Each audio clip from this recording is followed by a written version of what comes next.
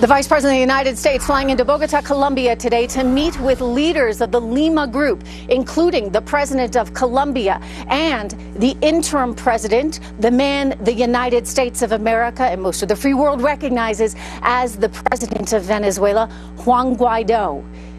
Both Juan Guaido and Vice President Mike Pence also met with families, Venezuelans today, that are living in exile here in Colombia. I can tell you I was there in the room and it got very emotional with some women sobbing. They are desperate, they said, to go home, and they've waited long enough, and they are so hopeful for change and so hopeful that finally they will get some freedom.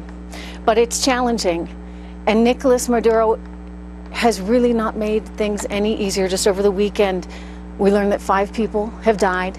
Hundreds have been injured in all kinds of skirmishes along the border, specifically on the Venezuelan-Colombia border and also on the Brazilian-Colombian border. That's where we're seeing these violent outbreaks as Nicolas Maduro prevents this much-needed food and medicine from getting to his people. He is refusing them that opportunity of the humanitarian aid, not just from the United States, but from all over the world. It is being sent in, and he would rather see it set on fire than get to the people that need it the most. The world is watching.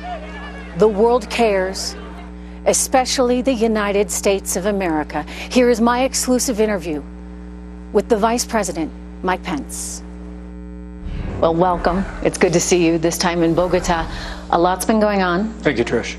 A lot over the last couple days. And I know that the U.S. has expressed all its support, you just said that, for Juan Guaido, but Maduro's still there. And he's not letting his people have access to things like food and medicine that we're sending and other countries are sending. So what do you do now? President Trump asked me to be here on short notice to meet with nations that came together more than a year ago on what came to be known as the Lima Group to isolate Venezuela's dictatorship economically and diplomatically.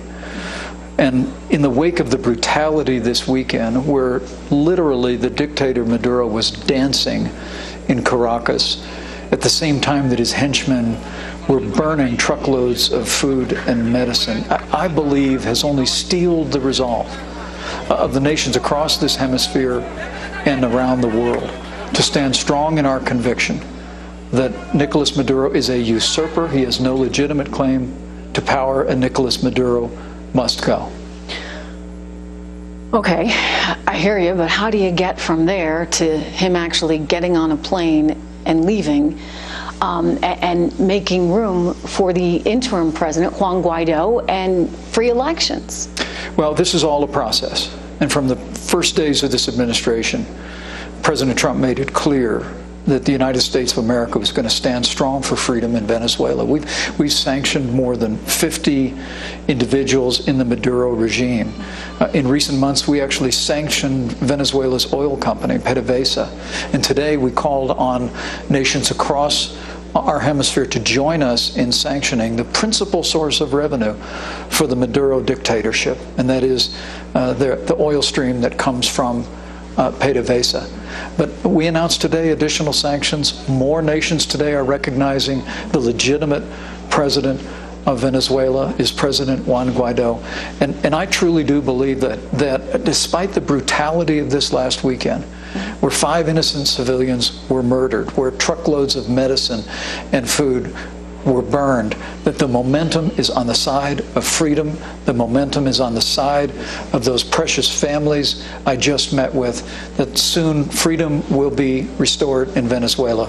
And the millions who have fled oppression and deprivation will finally come home. Where's China on this? Where's Russia on this?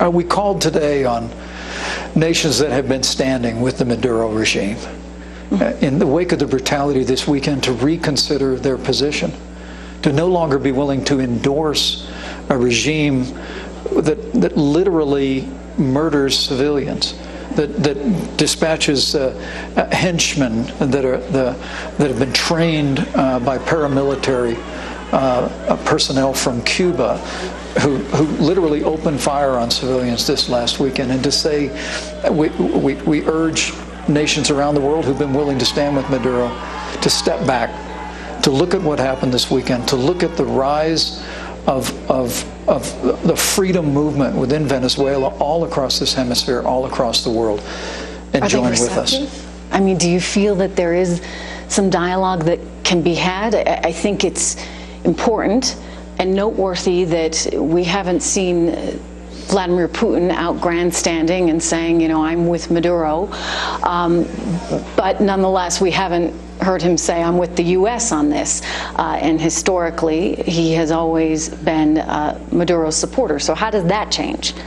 Well, first, as I said today, and President Trump has made clear, there can be no bystanders in the cause of freedom in Venezuela. Today we called on Mexico and Uruguay and the nations of the Eastern Caribbean now to join other nations in this hemisphere, to come off the sidelines and recognize that the time has come to end the suffering, the deprivation, and the oppression of the Venezuelan people, and to stand with their duly elected National Assembly, and to stand with their constitutionally recognized interim president. And as that continues to build, as we continue even today to see nations around the world joining us, we hope that nations that thus far have been willing to stand with the Maduro regime will reconsider, will step back when they think about the impact that this is having on real lives, on everyday Venezuelans. But also, what President Trump has made clear is a failed state knows no boundaries. And it's absolutely imperative that we see freedom and democracy and the rule of law restored in Venezuela, so that it cannot be a platform for narco-terrorists. It cannot be a platform for exporting violence across Central America and into the United States. That's our purpose here, is to stand for freedom, as we always have as America, but we're also standing for the security and the interest of all the nations of this region. It's an important point. When people have asked me, you know, why should Americans care so much about Venezuela? I mean, from a humanitarian standpoint, I think it's pretty obvious when you see all the destruction that regime has caused, but also from just a selfish viewpoint, in that this is a country that's right next door to us, and we don't want that kind of lawlessness and criminal activity and becoming a breeding ground for other things. But what we see in the Maduro regime is a dictatorship. Demonstrated its brutality this weekend. It's essentially a puppet of the dictatorship in Cuba. He maintains power through violence and intimidation. And the American people have always stood for freedom, but make no mistake about it, that oppression, the starvation that is besetting millions, has caused 3 million people to flee from Venezuela, maybe 2 million more before the end of the year. That's driven the largest mass migration in the history of our hemisphere. And under President Trump's leadership, the United States is absolutely determined to stand strong with the duly elected National Assembly, the legitimate president of Venezuela, Juan Guaido, and to continue to stand firm with them until liberty and the rule of law are reestablished. The world is closing in on him. Why doesn't he go? Why is he still there? And let me ask you this. Is there any talk of military action, any talk of us engaging with the Colombians or the Brazilians to force him out? Well, President Trump has made it clear that while we hope for a peaceful transition, we hope that diplomatic and economic pressure and the voice of nations around the world will result in a peaceful transition. All options are on the table.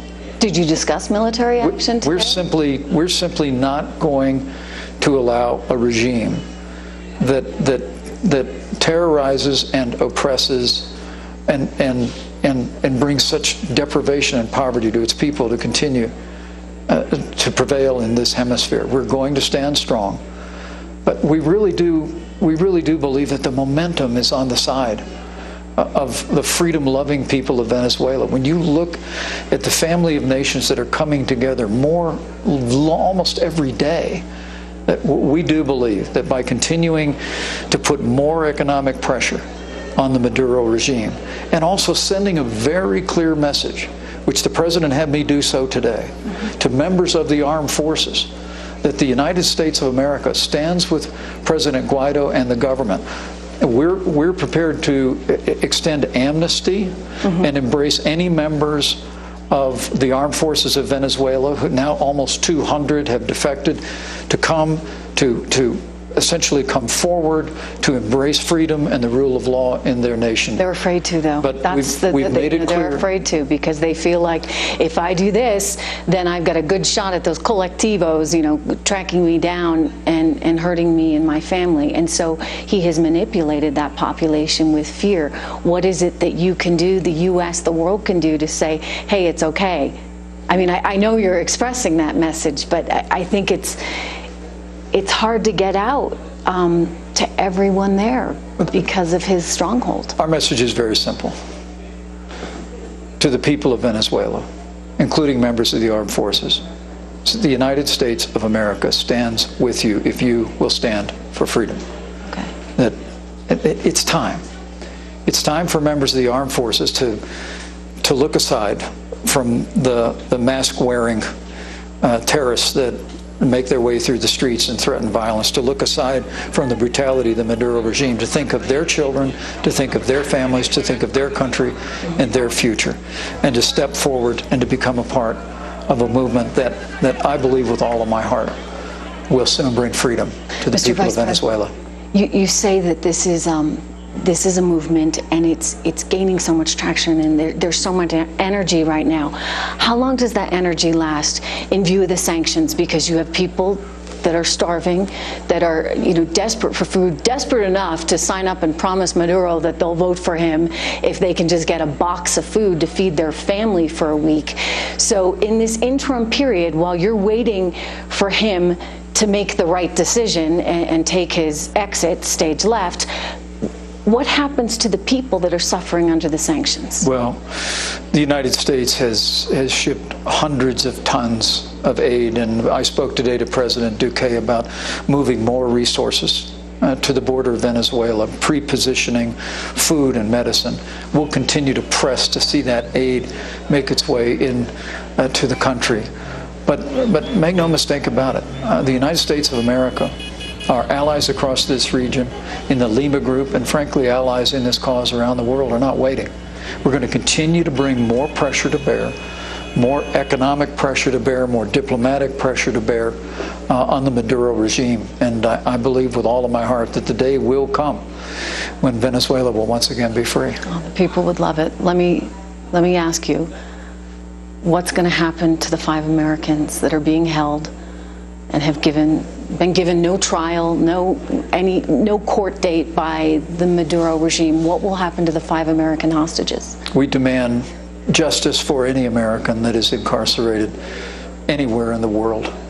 And President Trump sent a very clear message a week ago that the Maduro regime should understand that any violence against Americans in Venezuela, any violence against President Guaido or his family or other opposition leaders, any violence against people that are simply standing in the streets to peacefully protest for freedom will not be tolerated by the United States of America and our allies.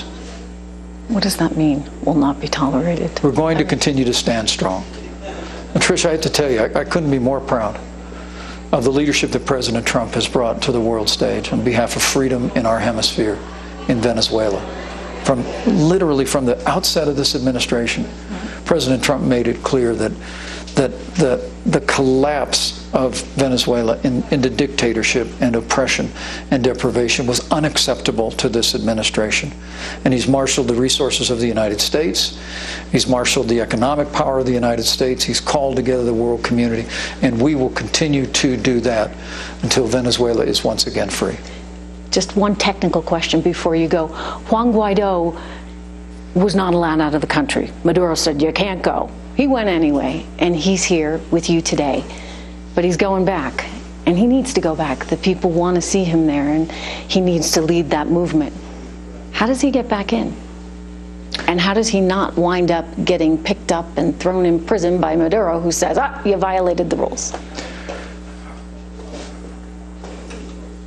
The leadership that interim President Juan Guaido has shown is truly inspiring.